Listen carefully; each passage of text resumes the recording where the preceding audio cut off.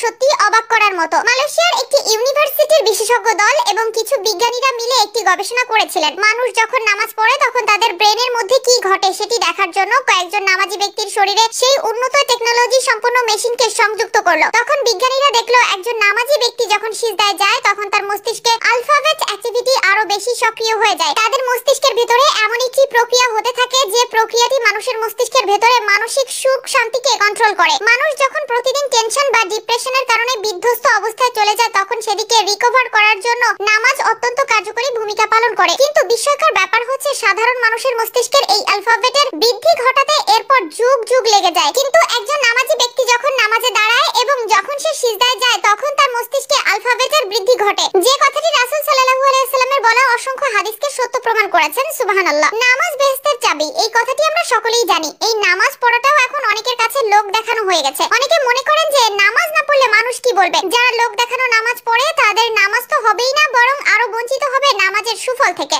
যারা আল্লাহকে পেতে এবং জাহান্নাম থেকে মুক্তির জন্য নিজের মনকে দৃঢ়ভাবে নামাজের দিকে ধাবিত করবে শুধু তারাই এই নামাজের সুফল পাবেন। আপনারা জানেন নামাজ পড়লে শরীর যেমন ব্যায়ামের উপকার হয় ঠিক তেমনি মস্তিষ্কে আলফাবেট অ্যাক্টিভিটি আরো শক্তিশালী হয়ে যায়। যে কোনো পরিস্থিতিতে পবিত্রতা বজায় রেখে নামাজ আদায়ের নির্দেশ রয়েছে। আজকাল আমরা দুনিয়ার মোহমায়ায় নিজেকে ডুবিয়ে ফেলেছি, ভুলে গেছি সৃষ্টিকর্তা আল্লাহকে। আমরা নামাজ না পড়লেও সময় মতো তিনি রিজিকের ব্যবস্থা করে দেন, তারপরেও আমরা তার ইবাদত করতে পারি না। আল্লাহ চাইলে এক পলকে আমাদের ধ্বংস করে দিতে পারে। একবারও কি ভেবেছেন কিভাবে আমরা নামাজ না পড়ে এভাবে আরাম আয়েশে দিনের পর দিন কাটাচ্ছি? একবারও কি মনে পড়ে না সৃষ্টিকর্তা আল্লাহর কথা? সকলকে আল্লাহ হেদায়েতের পথে পরিচালিত করার তৌফিক দান করুক, আমিন। আল্লাহ তাআলা প্রতিদিন মুসলমানের জন্য 5 ওয়াক্ত নামাজকে ফরজ করেছেন। নামাজ দুনিয়ায় সব ধরনের অন্যায় কাজ থেকে আমাদের বিরত রাখে। কর্মক্ষম উজ্জীবিত মানসিকতা লাভে নামাজ আল্লাহর এক মহা নিয়ামত, বান্দার জন্য অন্যতম রহমত বটে। তাই তো আল্লাহ তাআলা মানুষকে সার্বিকভাবে উজ্জীবিত করতে নামাজের প্রতি গুরুত্ব আরোপ করেছেন আর নামাজ না পড়লে শাস্তির বিধানও রেখেছেন। এছাড়া নামাজ আদায়ের মাধ্যমে অনেক শারীরিক উপকার পাওয়া যায়। নামাজের জন্য মানুষকে প্রতিদিন 5 বার ওযু করতে হয় আর এতে মানুষের ত্বক পরিষ্কার থাকে। ওযুর সময় মানুষের দেহের মূল্যবান অংশগুলো পরিষ্কার হয়, এতে জীবাণু থেকে ত্বক সুরক্ষায় থাকে। এছাড়া চেহারার লাবণ্যতাও বাড়ে এবং মুখের বলিরেখা কমে যায়। মানুষ যখন নামাজে দাঁড়ায় তখন চোখ সিজদার স্থানে স্থির থাকে, ফলে মানুষের একাগ্রতা ও মনোযোগিতা বাড়ে।